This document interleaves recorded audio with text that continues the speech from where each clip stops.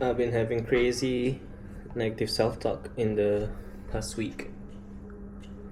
Um,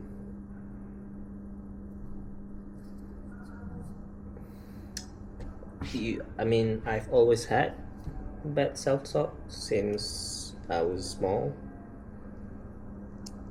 and it gets worse when things in life don't go as planned. For the last 4 years, things were kind of okay, kind of great. So the self-talk was really minimal. It comes sometimes, but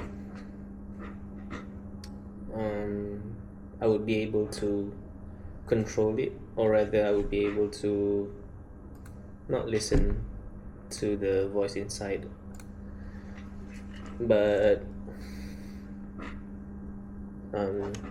and during the divorce, or rather, like from the initiation until the end of the divorce, I was more focused on trying to save the marriage. So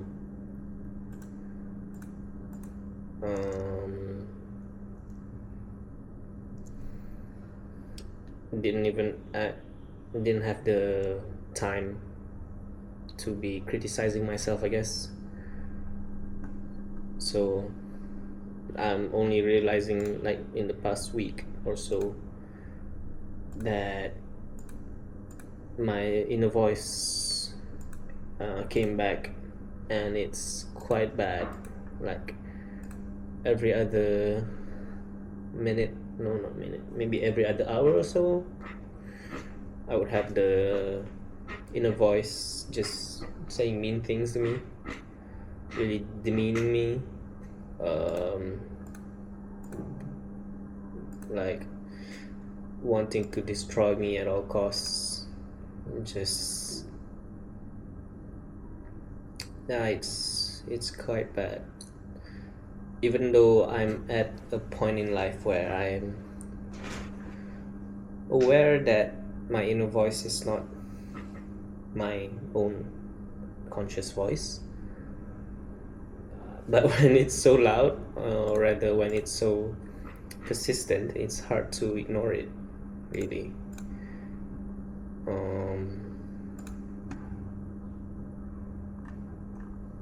And like, I guess after the divorce, now it's been 50 days, over 50 days since the divorce, and I think things are starting to calm down. Like, life is starting to get to normal. Like, the thought of her doesn't trigger me as much anymore. Sometimes it does. Sometimes I get angry or sad, but very, very rarely. And I guess I'm no longer having that fight or flight response to the divorce. So now there's empty space for my negative self-talk to creep in, and creep in it does.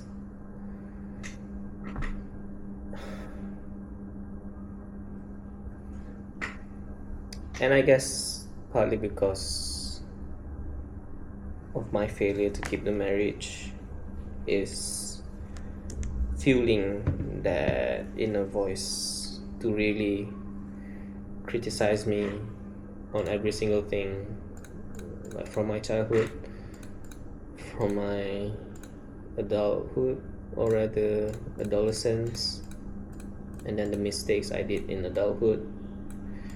It's just criticizing every fucking hour,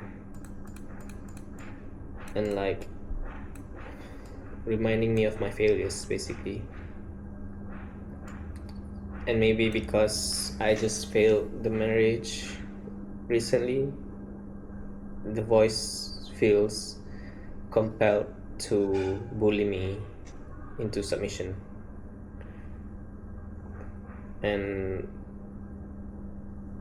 I'm aware, but like I said,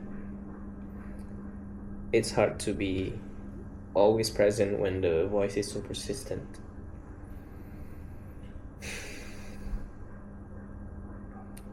And I guess another thing is because I spend a lot of my time alone, because I work from home. So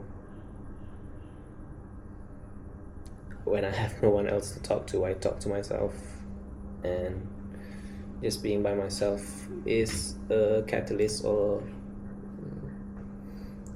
makes it easier for the inner voice to jump in. And honestly, for this one, I don't have a plan or solution really, because I've been suffering from this ever since childhood. So I don't know how it's gonna die down. Maybe it's not gonna die down if I keep staying in the level that I am right now.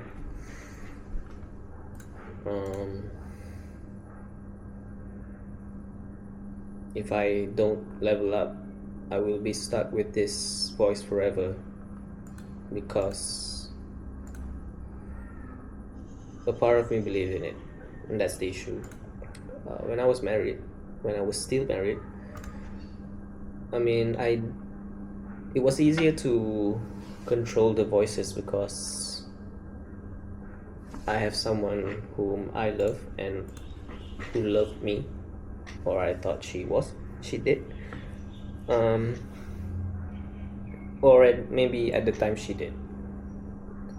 So I'm not gonna pretend that there was nothing there. When I had someone else, it was easier to not listen to the inner voice and live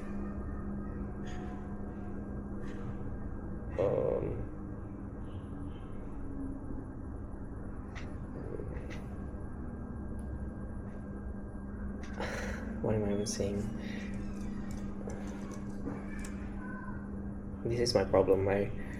Sometimes I really just can't put out the word. I don't even know.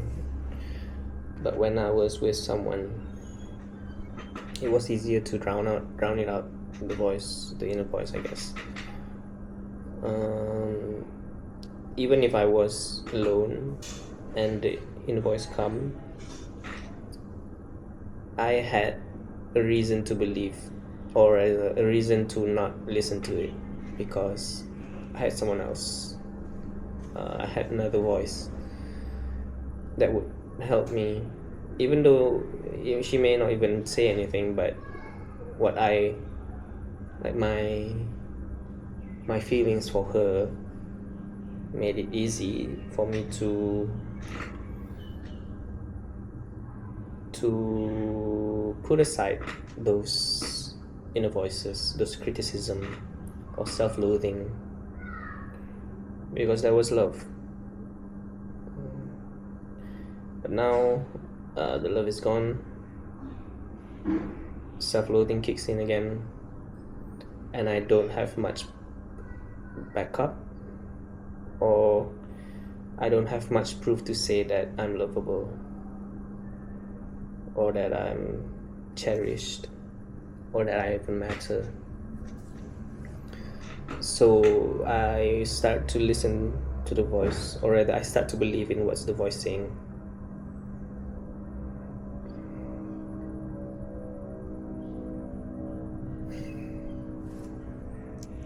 And therein lies the problem, I guess.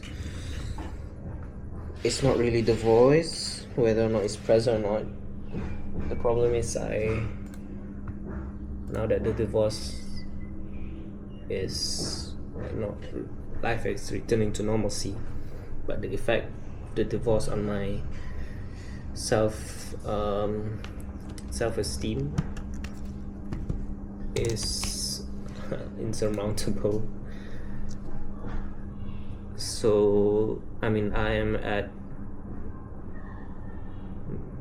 wouldn't say the lowest point in my life right now, but the damage of how she treated me during the divorce really took a big fucking hit on my self-esteem, even though I still have a bit more of like self-respect, I guess. So I kind of think like it's no wonder her ex went crazy when they broke up, because even I'm going crazy with this divorce, and a lesser man would really be broken by how she treats people. Like she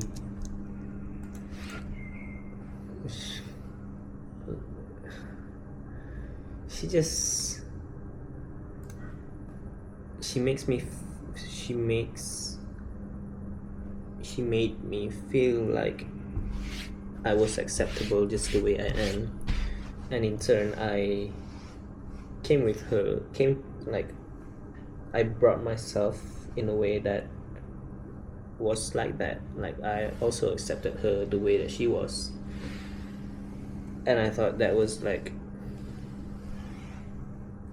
the basis of our relationship. But apparently that was not the case, because she did not accept people as people are, but she's too much of a coward to like be honest with people and have hard conversations without being emotional or exploding. That's why I think she might have BPD, but I don't know. I'm just like saying from observation. But yeah, she does not know how to communicate, and then she would explode because people don't meet her expectations. It's not that she did not communicate. She doesn't have the communication skills, and that's two different things. You can like communicate, you can say shit to people like that. Technically that's communication. You tell them what you're not happy about, what's bothering you, whatnot. But if you say it in a negative manner, if you always need to bring the other person down when you're communicating those things, that's not healthy communication. And whenever I told her that she doesn't have communication skills, she always thinks that, oh, I did tell you this once when we were a couple 3 years ago. Some shit like that. It really did happen like that. Like she would recall stuff years ago, usually 2 or more years ago, and then like stuffs that were supposed to already be, stuff that you should, when it's that long, you should have fix it or be frank about it in the moment. Or if it's like that long, I don't think it holds any ground for people to cherry pick something from years ago that still bothers them and make it a point to bring the other person down. I mean, I'm not saying that we have to forgive people for everything. I'm just saying, like, if it's that long, you shouldn't really be bringing that up to the present. If it was in the past, like, should come up and like say it to the other person, sure, and like maybe there's something that we could fix there, but you can't like use it against the other person when it's that long in the past. So yeah, I told her, I would tell her she has no communication skill, and she said, I already said this 2 years ago, and then she would use it against me, or stonewall or gaslight. So what I really meant, I guess, is that she does not have the healthy skills to communicate what she feels without being a bitch about it. And I mean, partly I'm not saying it's all her fault. I mean, because I'm not really someone who quickly understand stuff, or rather quickly pick up on other people's feelings, I guess. I'm a bit slow when it comes to understanding people's feeling. I can understand other people's motivation, perspective very well, I guess, but I don't know how people feels, because I'm looking back, because it's really just because I don't know how I feel most of the time.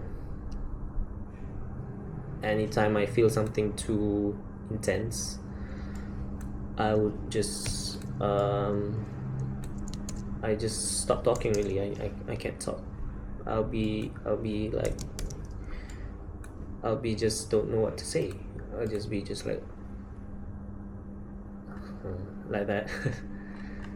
Usually when that happens is because I don't know what to feel in the moment. It will be like my train of thought will be like, oh, because this side there's too much feeling on this side, so I'll just but I can't turn back. I can't go anywhere else besides going forward, but forward is locked, so I'll just be silent most of the time. I won't be able to say anything, and unfortunately she's the opposite of me, because that bitch won't shut up when she's emo.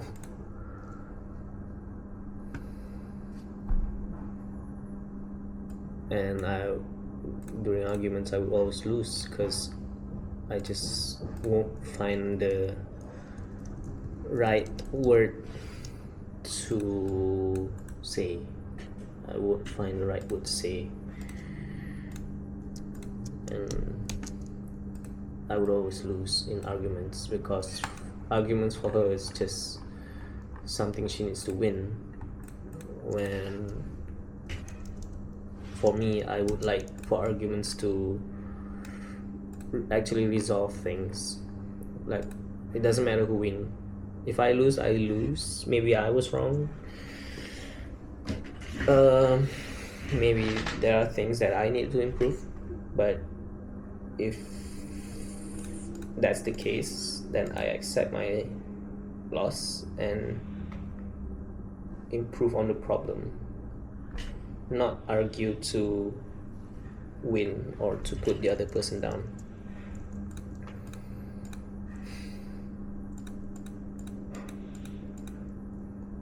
But going back to my negative self-talk, really I think my current identity, or rather this identity that I've been living as my whole life, can no longer live. Basically, I can no longer just be as I am, because if I stay who I am, I'm just gonna repeat. If I stay as I am, I'm just gonna have the same problems that I have now, whether externally in like regards to other people, or internally with regards to my self-esteem, self-loathing, and self-talk. That in external stuff, like even if they don't work out, that's fine. You can always find someone else. You can always, it's better to be alone than to be someone who tortures you. But when it comes to yourself, you're stuck with yourself until the end of time. So that's the one thing that you can't run away from,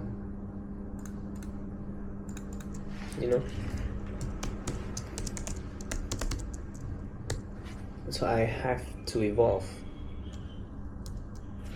And I guess coming back to to my last video about procrastination, I kind of don't want to start because who knows where it's gonna bring me. Maybe it's not gonna be fun. Like, people keep saying go to the gym. I fucking hate the gym, man. Maybe I'll do some hiking or running, but I don't do the gym. I hate the gym with a passion. But I gotta do something. I have to change. I have to kill, or rather, this current identity, the one I've been living with since I was a child. He gotta go, man. He's not serving me anything anymore, really. Like, this divorce shows me that the identity I've been holding on for the longest time,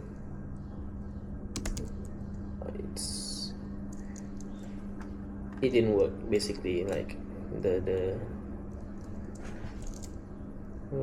the result speaks for itself.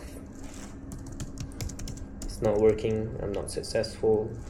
I'm stuck. I don't like myself that much. So I gotta change. My whole life gotta change. When I say I gotta change my identity, it really means my whole life.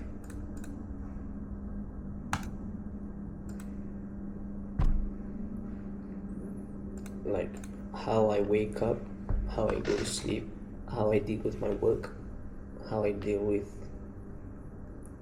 making friends, how I deal with my family, how I deal with people, how I deal with my hobbies, how I chase my dreams or whatnot, how I do hustle or whatever excursions I try on. Everything's gotta change. And life will never give you a blank slate to start again. You're always gonna be stuck with some things from your past when you try to move on. Something is gonna stick. Some things from the past, you're gonna have to bring it with you regardless. And at least I don't have children. Some people, they want to change their life and they have children, they have family to feed, or maybe they have parents or family members who are sick or whatnot. So it's harder for them to change because logistics are involved, the real world is involved. At least for me right now, the only real responsibility that I have is my loans and my cats, and that's it. So I'm quite primed to actually make change in my life, and I have to, because I can stay as I am be stuck in the Peter Pan syndrome. Like, have my hobbies, have my cats, have my families, and I'll never move forward. I mean, wouldn't say that's necessarily a bad thing, but I know it's gonna eat me inside. If I stay in this identity, it will eat me inside. So I have to change. My whole way of life has to change.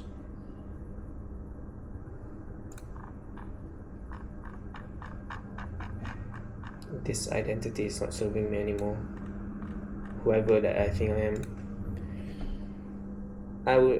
I'll keep the good things for sure, but the things that are not serving me, I'm gonna have to kill them.